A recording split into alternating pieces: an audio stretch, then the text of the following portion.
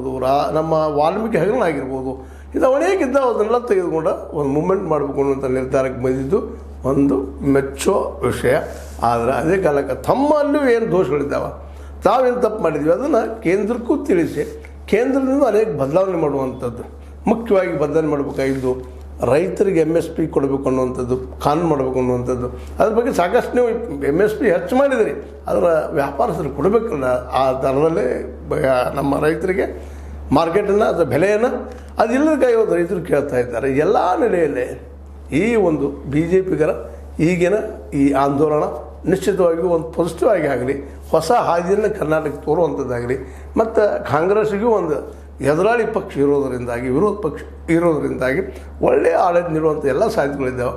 ಜೊತೆಗೆ ಉದ್ಯೋಗ ಸೃಷ್ಟಿಗೆ ಕರ್ನಾಟಕದ ಮಟ್ಟಿಗಾದರೂ ಅಟ್ಲೀಸ್ಟ್ ಒಳ್ಳೆಯ ಉದ್ಯೋಗಗಳನ್ನು ಸೃಷ್ಟಿಸುವಂಥ, ಎಲ್ಲರಿಗೂ ಉದ್ಯೋಗ ಸಿಗುವಂಥ ವ್ಯವಸ್ಥೆ ಮಾಡಲಿ ಅನ್ನುವಂಥ ಹಿನ್ನೆಲೆಯಲ್ಲಿ ಸರ್ಕಾರ ಒತ್ತಿರೋದರಲ್ಲಿ. ಜೊತೆಗೆ ಈಗ ನಿಮ್ಗೆ ಹೇಳಿದಂಥದ್ದು 60-40 ಕರ್ನಾಟಕದ ಪಾಲು ಅಂದರೆ ಅದು ಬಂತಂದ್ರೆ ಆ ದುಡ್ಡನ್ನು ಇಲ್ಲಿ ಡೆವಲಪ್ಮೆಂಟ್ಗೆ ಉಪಯೋಗ ಮಾಡಲಿಕ್ಕೆ ಸಾಧ್ಯ ಆಗ್ತದೆ ಅನ್ನೋಂಥ ಎಲ್ಲೆಲ್ಲೇ. ಜೊತೆಗೆ ಶಿಕ್ಷಣಕ್ಕೆ 15% ಖರ್ಚು ಮಾಡಿರಿ ಅಂತ ಸರ್ಕಾರದಲ್ಲಿ ಒತ್ತಡ ಹಾಕಿರಿ. ಜೊತೆಗೆ ನೀವು ಕೇಂದ್ರದಲ್ಲಿ ಒತ್ತಡ ಹಾಕಿ ಆ ದಿಶೆಯಲ್ಲೇ ಶಿಕ್ಷಣ ಉಳಿಸ್ರಿ, ಆರೋಗ್ಯ ಸಲುವಾಗಿಯೂ ವರ್ಕ್ ಮಾಡಿಸಿ ಮೂಮೆಂಟ್ ಮಾಡಿ ಅದನ್ನು 10-15% ಹಾಕುವಂಗೆ ಮಾಡಿದ್ರೆ ನಿಶ್ಚಿತವಾಗಿ ಈ ಆಂದೋಲನ ಒಂದು ಯಶಸ್ವಿ ಆಗ್ತದೆ. ಈ ಆಂದೋಲನ ಆಗಬೇಕಾಗಿದ್ದೆಲ್ಲ ಒಂದರಿಂದ ಒಳ್ಳೆಯ ನಾಯಕರಿದ್ದಾರೆ BJPಗರು. ಆ BJPಯ ಒಳ್ಳೆಯ ನಾಯಕರು ಒಂದು ಸಂಘಟನೆ ಮಾಡ್ಕೊಂಡು ಈ ಮೂಮೆಂಟನ್ನು ಮಾಡ್ತಾ ಇದ್ದಾರೆ. ಈ ಮೂಮೆಂಟ್ ಮುಂದಿನ ದಿನಗಳಲ್ಲಿ ನಿರಂತರ ಮುಂದುವರಿಲಿ, ಸರ್ಕಾರ ಒಳ್ಳೆಯ ಆಡಳಿತ ಕೊಡಲಿ.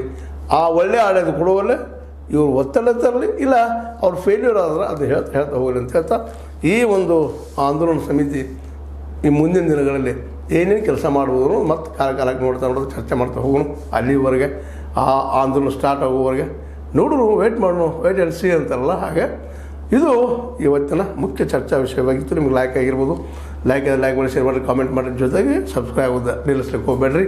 ಯಾಕಂದ್ರೆ H16 ನ್ಯೂಸ್ ಇದು ಸತ್ಯದ ಕೈಗಳಲ್ಲಿ ವಂದನೆಗಳು.